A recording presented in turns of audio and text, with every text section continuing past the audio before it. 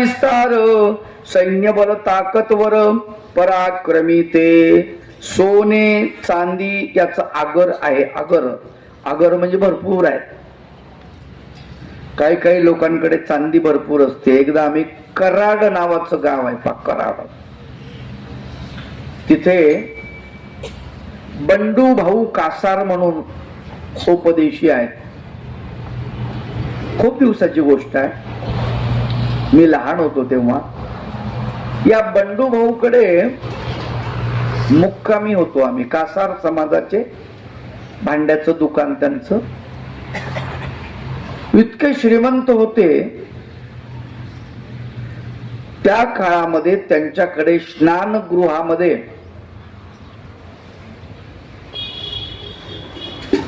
गंगाळ जे होतं ना, गंगाळ गंगाळ माहितीये ना, पाणी टाकतो आपण आंघोळीला.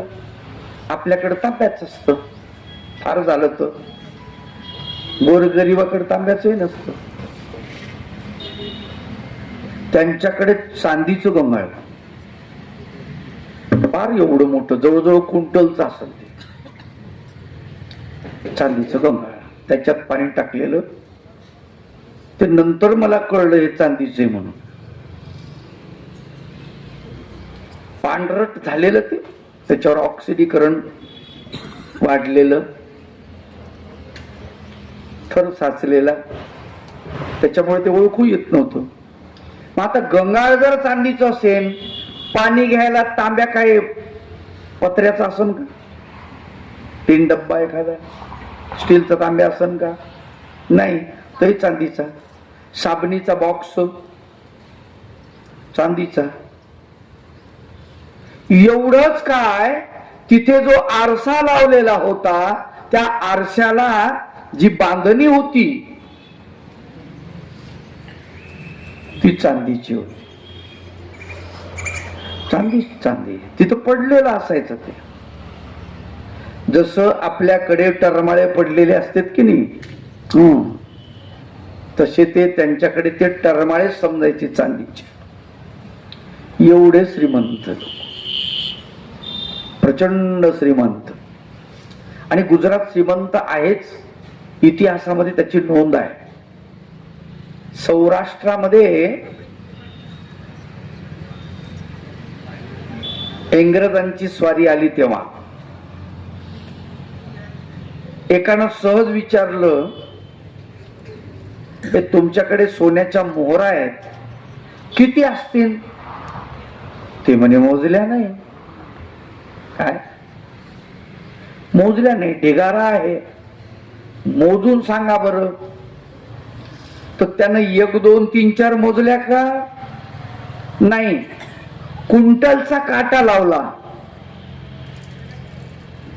आणि क्विंटलच्या काट्यानं मोजले. इतके क्विंटल आहे बा हे. आपण तर चिल्लर 1 रुपये मोजतो.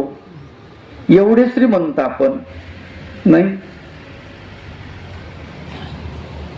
बरं, धनसंपत्तीच त्याच्याकडे एवढी आहे का? बाकी गोष्टी नाहीत. राज्याचा असीम विस्तार, त्याच्या राज्याचा विस्तार भरपूर होता. बडोच नगरीचा. सैन्य बल ताकदवर, सैन्य बल जे आहे ना, प्रचंड ताकदवान आहे. अवघे राज्य सुखे न्हाले की स्वर्ग भूतलासी आले, परी एकची शैल्य सलले अंतरी भूपाच्या.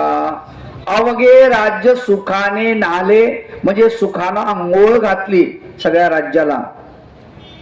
एवढं राज्य सुखामध्ये आहे, दुःख तिथे नाही. की स्वर्ग भूतलासी आले, जणू इंद्राची इंद्रपुरी, स्वर्ग हे पृथ्वीवर आलेलं आहे असं दिसते. अजून परी एकची शैल्य सलले. शैल्य म्हणजे अंतकरणामध्ये बोच, दुःख ते झोंबत होतं. कशाचं? त्या अंतकरणामध्ये नृपाला एकच शैल्य होतं. ते शैल्य काय होतं हे पुढे वर्णन करतात. राज्याचा भव्य विस्तारू त्यासी एकही नसे कुमरू मृत कलेवरावरी शृंगारू वाटला तयाते. राज्याचा भव्य विस्तार, भरपूर विस्तार, पूर्व पश्चिम उत्तर दक्षिण दिशेवरती पूर्ण विस्तार झालेला, भरपूर विस्तार. पण त्याला एकच खटकते आहे की राज्याला वारस एकही पुत्र नाही, तो निपुत्रिक आहे. त्याला असं वाटतं मृत कलेवरावरी शृंगारू वाटला तयाते. ज्याप्रमाणे माणूस मेल्यानंतर त्याला नटवल्या जातं, काय केलं जातं, उंची वस्त्र त्याला घातल्या जातात, त्याला अलंकार घातल्या जातात, फुलहार फुलमाळा नाही का, सगळं नटून थटून जर समजा त्या अंत्ययात्रेत त्याला त्याची यात्रा काढली, काही उपयोग आहे का? तुम्ही त्याच्या अंगावरती 100 तोळ्याचा हार घातला 1 किलोचा, त्या प्रेताला काही आहे का? बरं झालं बा, तुम्ही कमीत कमी माझ्या मड्यावरती तरी एवढं टाकलं, असं म्हणन का तो? नाही. प्रेताला किती शृंगार केल्यावर काय होणार आहे? काहीच होणार नाही. तसा त्या राजाला वाटलं. ते विशाल रम्य कासार तेथे नसावा हंस विहार तैशे देशाच्या कमळावर भ्रमर एकही असेना. विशाल रम्य कासार, कासार शब्दाचा अर्थ तलाव. विशाल म्हणजे मोठा, रम्य म्हणजे रमणीय, सुंदर दिसणारा असा मोठा तलाव आहे. आणि त्या तलावामध्ये एक सुद्धा हंस फिरत नाही तलावात. तर तलावाला काय शोभा येणार आहे? नाही का? आपण म्हणू हंस नका का नसन, बदक तरी फिरले पाहिजे, आहे की नाही? त्या तलावाला काही अर्थ आहे का? काहीच अर्थ नाही. तैशे देशाच्या कमळावर, देश नावाचं कमळ आहे आणि त्या कमळावरती एकही भ्रमर असेना, म्हणजे भुंगा. लोक म्हणतात कमळावर भुंगा बसला, हाकलून द्या. पण भुंगा कमळावरच चांगला दिसतो. आणि कमळावर एक भुंगा नसेल, एक जरी नसेल तरी ते कमळ शोभत नाही. चित्र पाहिले की नाही तुम्ही? चित्र पाहिले त्याच्यावर वरी फुलावर जर समजा फुलपाखरू असेल तर बरं दिसतं, नुसतं फुल नाही चांगलं दिसत. तसं या राज्याच्या कमळावर एकही फुलपाखरू नाही, एकही भ्रमर नाही, म्हणजे राजकुमार नाही त्या राज्याला, असं त्याला वाटतंय. अजून पुढे उदाहरण देतात की व्रतारा विन कांता की जळे विण सरिता अथवा नभंगी नसे सविता तैसे झाले. की व्रतारा विन कांता, पती विना स्त्री. पती नाही आहे, खूप पैसा आहे, संपत्ती आहे, मुलं बाळ आहे, सगळं आहे, पती नाही बिचारीला. शोभा देते का? नाही. पती विना कांता जशी शोभा देत नाही, किंवा की जळे विन सरिता, नदी आहे तुमच्या गावाला आणि तिच्यात पाणीच नाही, ती नदी म्हणता येईल का तिला? नदी कशाला म्हणतात? पाणी असेल तर नदी, आहे का? आणि त्या नदीमध्ये पाण्याऐवजी जर गटार असेल तर त्याला काय म्हणावं लागेल? नाला किंवा गटारच म्हणावं लागेल. पाण्याशिवाय नदी शोभा देत नाही. तस अथवा नभांगी नसे सविता, नभाच्या अंगणामध्ये म्हणजे अवकाशामध्ये, आकाशामध्ये सविता म्हणजे वीज जर चमकली नाही तर काय नाही का? तसं झालं म्हटले. वैभवाचा सांगाडा आहे, त्यात पुत्र चैतन्य नव्हे, उद्विग्नता मनात राहे सदैव त्रिमल्लाच्या.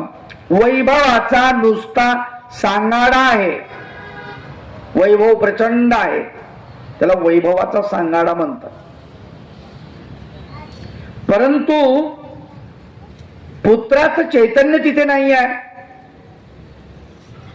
ही उद्विग्नता त्याच्या मनामध्ये, सल त्याच्या मनामध्ये हे वाईट ते वाटतंय त्याला, त्रिमल्ल देवाला. त्यासी नवते पुत्र संतान, श्री सिंह घेतला दत्तक म्हणून, त्यासी युवराज पद देऊन झाला निश्चिंत अंतरी. खूप प्रयत्न केले असतील, सामान्य माणूस प्रयत्न करतो, मग या राजानं प्रयत्न केले नसतील का? खूप प्रयत्न केले असतील, परंतु पुत्र भेटत नाही, होत नाही. आपल्याला काय करावं म्हणून त्यांनी श्री सिंह नावाच्या एका मुलाला दत्तक घेतलेला आहे, प्रधान कुमार, आणि त्याला युवराज पद देऊन टाकलं आणि आपण निश्चिंत झाला. जाऊ द्या म्हटलं, आपल्या देशाचा युवराज हा शूरवीर आहे, महाप्रतापी आहे, ठीक आहे. सिंहाच्या पराक्रमा देण्या योग्य नसे उपमा, लढाया जिंकोण महिमा वाढविले त्याने. हा श्री सिंह जो होता त्रिमल्ल देवाचा दत्तक पुत्र, हा बलाढ्य पराक्रमी होता. याला उपमा देण्यासाठी कुठली उपमा योग्य नाही.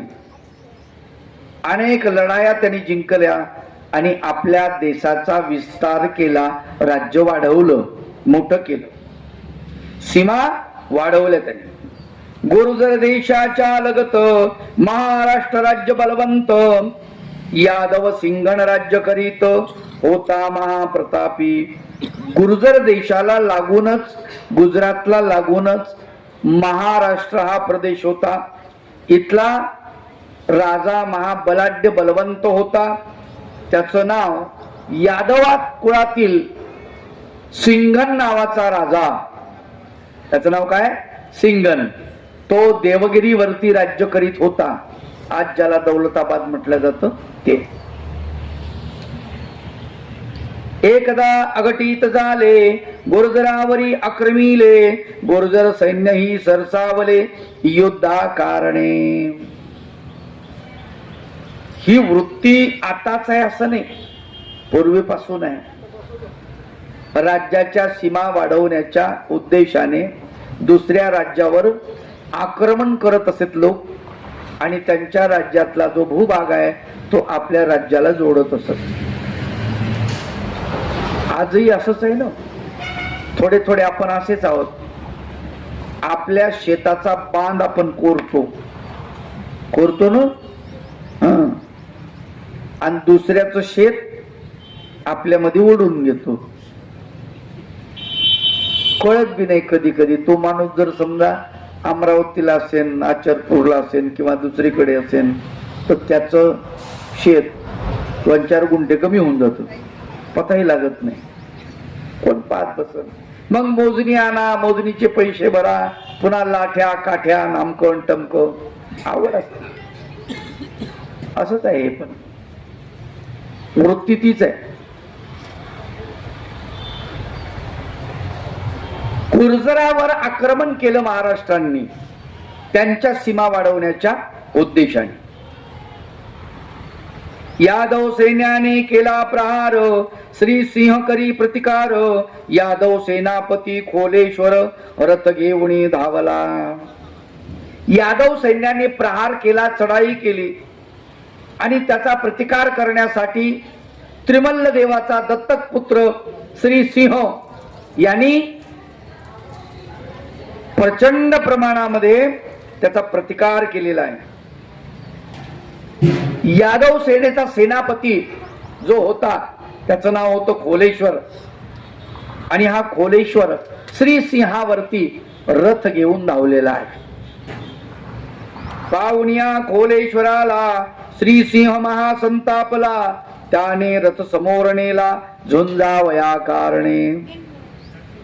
खोलेश्वराला पाहून श्री सिंह जो आहे याला प्रचंड संताप आला. तुझ्या राजाचं सीमा वाढवण्याच्या उद्देशाने माझ्या राज्यातला भूभाग तू घेतो आहेस, मी काही कमी आहे का काय, असं म्हणून तो त्याच्यावरती धावलेला आहे झुंजण्यासाठी. ते तुंबळ युद्ध चालले, रक्त शरीर रक्ताने माखले, खोलेश्वराने प्रहारले श्री सिंह ढालीसी. तुंबळ युद्ध सुरू झालं. तुंबळ शब्दाचा अर्थ गर्दी आहे प्रचंड, एकामेकाचे हात एकामेकाला लागतात अशी प्रचंड गर्दी आहे. आणि त्या गर्दीमध्ये या दोघांचं युद्ध सुरू झालेलं आहे. आणि शरीर रक्ताने माखलेलं आहे दोघांचं. खोलेश्वराने प्रहार केला श्री सिंहाच्या ढालीवरती.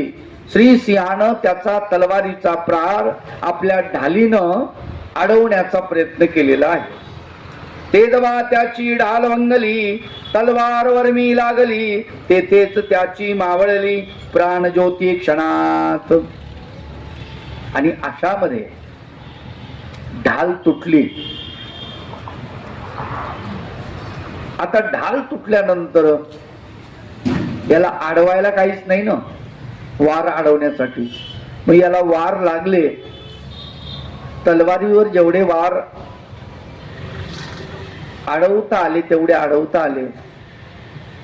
एक लक्षात घ्या, तलवारीशी कधीच लढल्या जात नाही.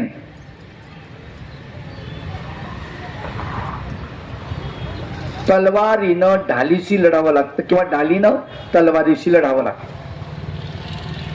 आलेल्या तलवारीचा वार तलवारीनं झेलता येत नाही, ढालीनं थांबवावा लागतो, ढालीनं झेलावा लागतो. त्याची ढाल तुटली, तलवार वरवी लागली आणि त्याची प्राणज्योत तिथेच रणांगणावरती मावळली. श्री सिंहाची वार्ता ऐकली, त्रिमल्लाने धरणी धरली, तेथेच आणि तेथेच आटोपली कथा त्रिमल्लाची. श्री सिंह हा मरण पावला ही वार्ता त्रिमल्ल राजाच्या कानावर पडली आणि त्रिमल्ल राजाने गोदडी पकडली, बिछाना पकडला आणि खंगून गेला. तब्येत खालावत गेली आणि त्रिमल्ल राजा मरण पावला, त्याची प्राणज्योत गेली. त्याचा प्रधान विशाळ देव झाला गुर्जर देशाचा राव. आता या श्री सिंहाचा प्रधान असं एक मत आहे किंवा त्रिमल्लाचा प्रधान असं दुसरं मत आहे. त्याचं नाव विशाळ. माता राजपुत्र मरण पावला, राजाही मरण पावला. मग प्रधानानं लोकांनी सांगितलं की तुम्ही हे राज्य सांभाळा. याला सिंहासनावर बसवलं आणि तो गुर्जर देशाचा राजा झाला. कोण? विशाळ देव. त्याचा प्रधान विशाल देव झाला गुर्जर देशाचा राव. त्याचा पुत्र हरिपाळ देव होता अत्यंत देखणा. त्या विशाळ देवाचा पुत्र जो आहे त्याचं नाव हरिपाळ आणि तो अत्यंत देखणा होता, सुंदर होता. कसा देखणा होता त्याचं वर्णन पुढे करताय. तयाचे सौंदर्यवानिता शीनला शेषव विधाता, मदना समान सुंदरता होती त्या जवळी. त्या राजपुत्राची सौंदर्याचं वाखाणणी करत असताना शेष नारायण देवता ज्याच्यावर बसते तो शेष, ती देवताच आहे. ती गुणवर्णन करत असताना तो शिनला, एकटा शिनला का, ब्रह्मदेव जो आहे त्या ब्रह्मदेवानं वर्णन केलं आणि तो सुद्धा शिनला म्हणजे थकला वर्णन करून करू, एवढा तो सुंदर होता. कसा होता एका शब्दात सांगायचं म्हणजे मदनासारखा सुंदर होता असं म्हणाले. राजपुत्र झाला जाणता वेद विद्येची तत्ववेत्ता, 14 विद्यांचा ज्ञाता बुद्धिवंत असा तो. राजपुत्र झाला जाणता वेद विद्यांचा तत्ववेत्ता, वेद आणि विद्या याचा तो तत्ववेत्ता होता. पूर्वीच्या काळामध्ये वेद शिकविल्या जायचे. असं काय होतं बया वेदांमध्ये? वेदांमध्ये शैल्य चिकित्सा होती, वेदांमध्ये कृषी शास्त्र होतं, वेदांमध्ये कला कुसर वगैरे होतं, वेदांमध्ये अर्थशास्त्र होतं, हे सगळं वेदांमध्ये होतं. हे 4 वेद, हा वेद विद्येचा जाणता आहे.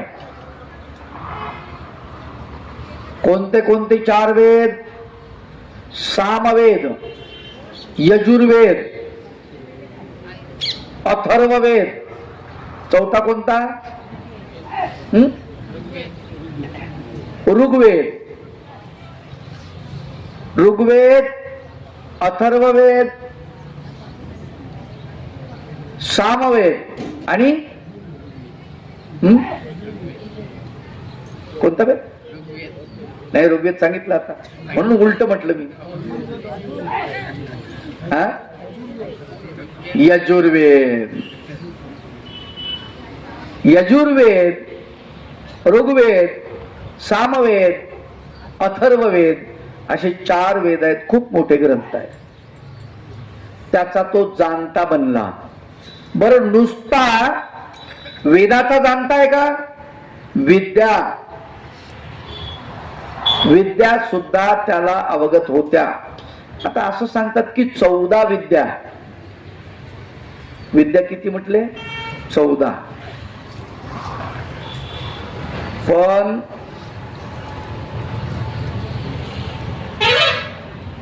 या 14 विद्याचं ज्ञान आवर आहेत सगळ्या. चक्रपाणी भगवंतानी दिलेला आहे. 52 पुरुषांना दिलेला आहे. किती पुरुषांना? 52. त्याला स्थूळा विद्या असं म्हणतात. स्थूळ विद्या, स्थूळ म्हणजे मोठ्या, स्थूल प्रमाणामध्ये म्हणून मोठ्या, स्थूळा विद्या. 84 पुरुषांना शिल्प विद्या दिल्या. शिल्प म्हणजे लहान, त्रोटक. अशा त्या विद्यांचं दान चक्रपाणी भगवंताने केलेलं आहे. वेद विद्येचा जाणता होता. अधिक पुढे काय म्हणतात?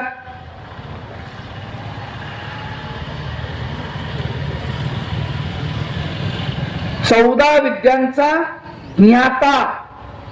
ज्ञाता शब्दाचा अर्थ त्याला मुखद्गत आहे. ज्ञाता म्हणजे ज्ञानी. विद्या वाचणे हा पहिला भाग आहे. विद्येचं पारायण करणे हा दुसरा भाग आहे. विद्या जाणणे हा तिसरा भाग आहे. सूत्रपाठ वाचणे पहिला भाग आहे. सूत्रपाठाचं पारायण करणे हा दुसरा भाग आहे.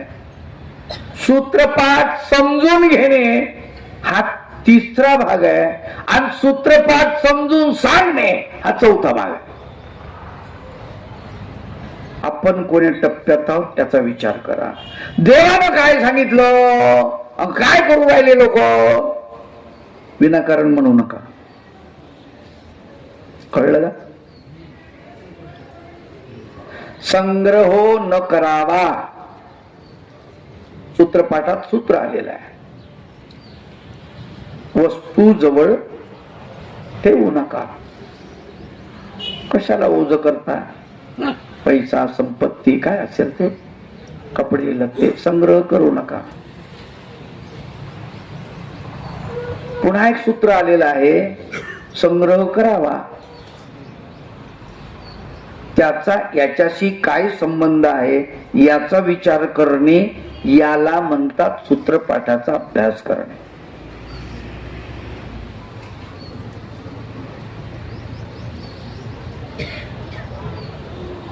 स्वदेश संबंध त्याज्ये, स्वग्राम संबंध त्याज्ये, संबंध याचा संबंध तो विशेषता त्याज्ये म्हणजे काय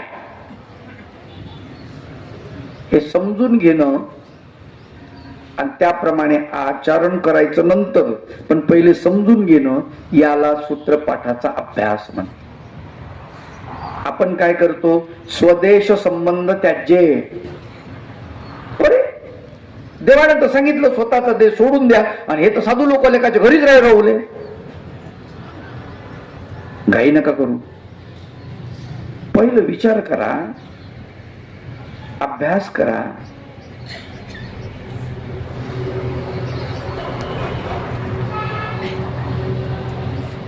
ज्याला स्वदेश सोडता येत नाही त्यांनी कमीत कमी स्वग्राम सोडलं पाहिजे, असा त्याचा अर्थ आहे. स्वतःचं गाव सोडलं पाहिजे. ज्याला स्वतःचं गावही सोडता येत नाही त्यांनी कमीत कमी संबंधी याचा संबंध सोडला पाहिजे. तो विशेषता त्याज्य म्हटलेला आहे. संबंधी म्हणजे पतीचा संबंधी पत्नी, पत्नीचा संबंधी पती, दोघांचे संबंधी पुत्र, हे संबंध हे सोडले पाहिजे. का? तिथे संबंधी याचे संबंध येतात. बायकोचा भाऊ येतो, काय बाजी भली पोकळ पोकळ लुंगी नेसली,